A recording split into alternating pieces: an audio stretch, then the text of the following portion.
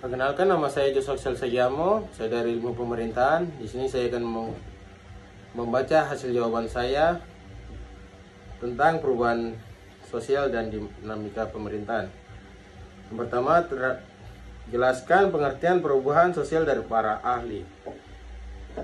Di sini ada beberapa pengertian sosial dari para ahli, yaitu yang pertama William F. Ogburn. Dalam teorinya, Ogburn menyatakan ruang lingkup perubahan sosial terdiri dari unsur-unsur kebudayaan baik material dan imaterial. Fokusnya ialah pengaruh besar unsur material terhadap unsur imaterial. Berikutnya Kingsley Davis. Davis menekankan bahwa perubahan sosial itu sebagai wujud perubahan yang terjadi dalam struktur dan fungsi suatu masyarakat. Yang ketiga Samuel Kuning. Perubahan sosial merujuk pada modifikasi dalam pola kehidupan manusia. Modifikasi tersebut bisa terjadi karena sebab dari internal dan eksternal yang mengakibatkan perubahan. Selo Sumarjan, definisi perubahan sosial menurut Selo Sumarjan merujuk pada perubahan lembaga kemasyarakatan di dalam suatu masyarakat yang berpengaruh pada sistem sosialnya. Perubahan ini mencakup nilai-nilai, sikap, dan pola perilaku. Yang terakhir, Parsudi Suparlan. Perubahan sosial merupakan wujud perubahan dalam struktur sosial dan pola hubungan sosial, termasuk di dalamnya ialah sistem politik, sistem kekuasaan, hubungan keluarga, dan kependudukan. Yang kedua, sebutkan dan jelaskan jenis-jenis perubahan sosial. Jenis-jenis perubahan sosial antara lain: yang pertama, perubahan lambat atau evolusi. Dalam jenis perubahan sosial yang satu ini, perubahan terjadi dengan sendirinya tanpa ada rencana sebelumnya. Hal ini karena adanya usaha-usaha dari masyarakat untuk menyesuaikan diri dengan keadaan dan kondisi yang baru. Yang kedua, perubahan cepat atau revolusi. Dalam ensiklopedia Indonesia tahun 2004, revolusi mempunyai arti sebagai suatu perubahan yang terjadi secara cepat atau mendadak. Perubahan tersebut dianggap revolusi karena mengubah sendi-sendi pokok dari kehidupan masyarakat seperti sistem kekeluargaan, hubungan sosial, dan lain-lain.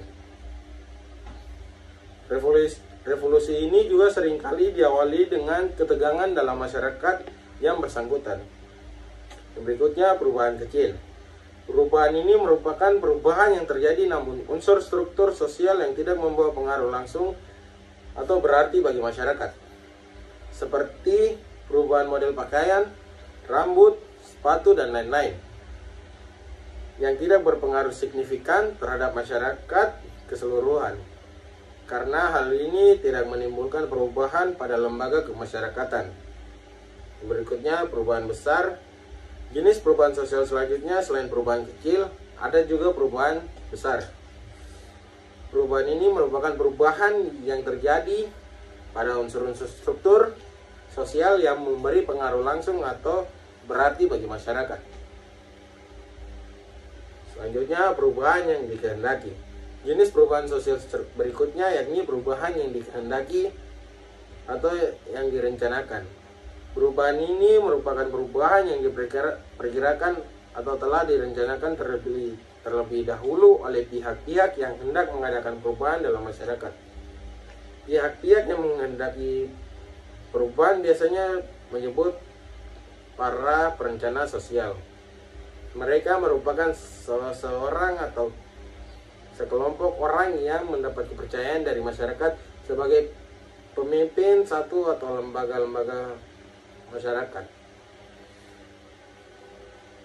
Yang terakhir, perubahan yang tidak dikehendaki. Jenis perubahan sosial yang terakhir selain perubahan yang dikehendaki, ada juga perubahan yang tidak dikehendaki. Perubahan ini merupakan perubahan-perubahan yang terjadi tanpa dikehendaki serta berlangsung di luar jangkauan pengawasan masyarakat. Hal ini dapat menyebabkan timbulnya akibat sosial yang tidak diharapkan oleh masyarakat.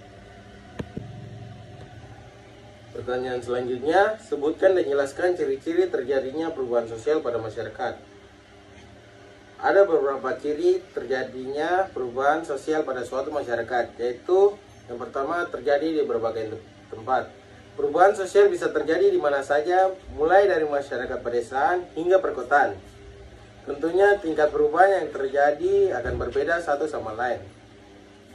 Selanjutnya, dilakukan secara sengaja. Beberapa perubahan sosial memang dilakukan secara sengaja, namun ada pula yang terjadi tanpa unsur kesengajaan. Yang ketiga, berkelanjutan. Ciri-ciri terjadinya perubahan sosial adalah berkelanjutan. Ciri ini memandang bahwa masyarakat akan selalu berubah, baik secara cepat ataupun secara lambat. Yang keempat, imitatif. Dalam kehidupan, masyarakat akan melakukan perubahan dengan mengikuti masyarakat lainnya. Inilah yang disebut meniru atau imitatif. Hal ini terjadi karena tiap kelompok dalam masyarakat saling memengaruhi satu sama lain sehingga tidak bisa memisahkan diri. Selanjutnya, hubungan kasualitas. Artinya perubahan sosial terjadi karena aspek material atau imaterial di mana ada hubungan yang sifatnya timbal balik atau kausalitas. Yang terakhir, disorganisasi sementara. Ciri-ciri terjadinya perubahan sosial adalah disorganisasi sementara. Ini terjadi karena masyarakat ada dalam proses penyesuaian diri. Soal keempat, sebutkan dan jelaskan perubahan sosial dari 4 pandangan: klasik, equilibrium, konflik, dan modernisasi. Terdapat 4 pandangan perubahan sosial. Yang pertama, pendekatan klasik. Dalam kelompok teori-teori perubahan sosial klasik telah dibahas 4 pandangan dari tokoh-tokoh terkenal yakni Auguste Comte, Karl Marx, Emile Durkheim, dan Max Weber. Auguste Comte menyatakan bahwa perubahan sosial berlangsung secara evolusi melalui suatu tahapan-tahapan perubahan dalam alam pemikiran manusia, yang oleh Comte disebut evolusi intelektual. Tahapan-tahapan pemikiran tersebut mencakup 3 tahap, dimulai dari tahap teologis primitif, tahap metafisik transisional, dan terakhir tahap positif rasional. Setiap perubahan tahap pemikiran manusia tersebut mempengaruhi unsur kehidupan masyarakat lainnya dan secara keseluruhan juga mendorong perubahan sosial. Karl Marx pada dasarnya melihat perubahan sosial sebagai akibat dari perubahan-perubahan yang terjadi dalam tata perekonomian masyarakat, terutama sebagai akibat dari pertentangan yang terus terjadi antara kelompok pemilik modal atau alat-alat produksi dengan kelompok pekerja.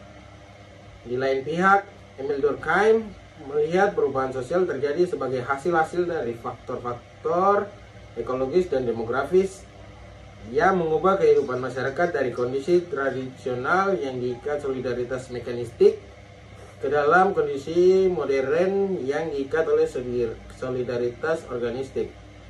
Sementara itu, Max Weber pada dasarnya melihat perubahan sosial yang terjadi dalam masyarakat adalah akibat dari pergeseran nilai yang dijadikan orientasi kehidupan masyarakat. Dalam hal ini dicontohkan masyarakat Eropa yang sekian lama terbelenggu oleh nilai Katolikisme ortodoks. Kemudian berkembang pesat kehidupan sosial ekonominya atas dorongan nilai Protestanisme yang dirasakan lebih rasional dan lebih sesuai dengan tuntutan kehidupan modern. Yang kedua, pendekatan equilibrium. Pendekatan equilibrium menyatakan bahwa terjadinya perubahan sosial dalam suatu masyarakat adalah karena terganggunya keseimbangan di antara unsur-unsur dalam sistem sosial di kalangan masyarakat yang bersangkutan, baik karena adanya dorongan dari faktor lingkungan sehingga memerlukan penyesuaian atau adaptasi dalam sistem sosial, seperti yang dijelaskan oleh Talcott Parsons, maupun karena terjadinya ketidakseimbangan internal seperti yang dijelaskan dengan teori kesenjangan budaya atau cultural lag oleh William Ogburn. Yang ketiga, pendekatan konflik.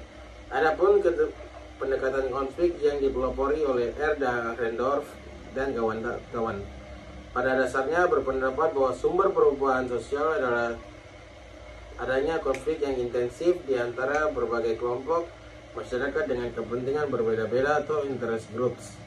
Mereka masing-masing memperjuangkan kepentingan dalam suatu wadah masyarakat yang sama sehingga terjadilah konflik, terutama antara kelompok yang berkepentingan untuk mempertahankan kondisi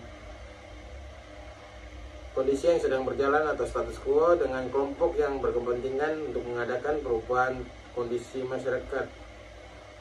Yang terakhir, pendekatan modernisasi. Pendekatan modernisasi yang dipelopori oleh Wilbert Moore, Marion Levy, dan Niels Messer pada dasarnya merupakan pengembangan dari pikiran-pikiran Talcott Parsons dengan menitikberatkan pandangannya pada kemajuan teknologi yang mendorong modernisasi dan industrialisasi dalam pembangunan ekonomi masyarakat.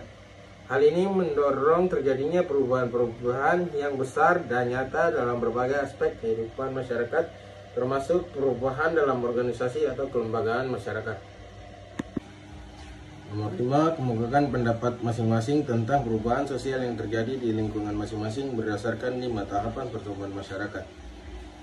Pendapat saya tentang perubahan sosial yang terjadi di lingkungan saya, tempat tinggal saya di Kodim, adalah masyarakat di sekeliling lingkungan saya sangat menjaga interaksi sosial antara masyarakatnya. Sebagai contohnya, masyarakat Kodim masih sangat sering mengikuti kegiatan-kegiatan kompleks seperti gotong royong, kegiatan di gereja, dan masih banyak kegiatan-kegiatan lainnya, sehingga hubungan interaksi sosial di lingkungan saya masih sangat terjaga antara masyarakat satu dan masyarakat lainnya.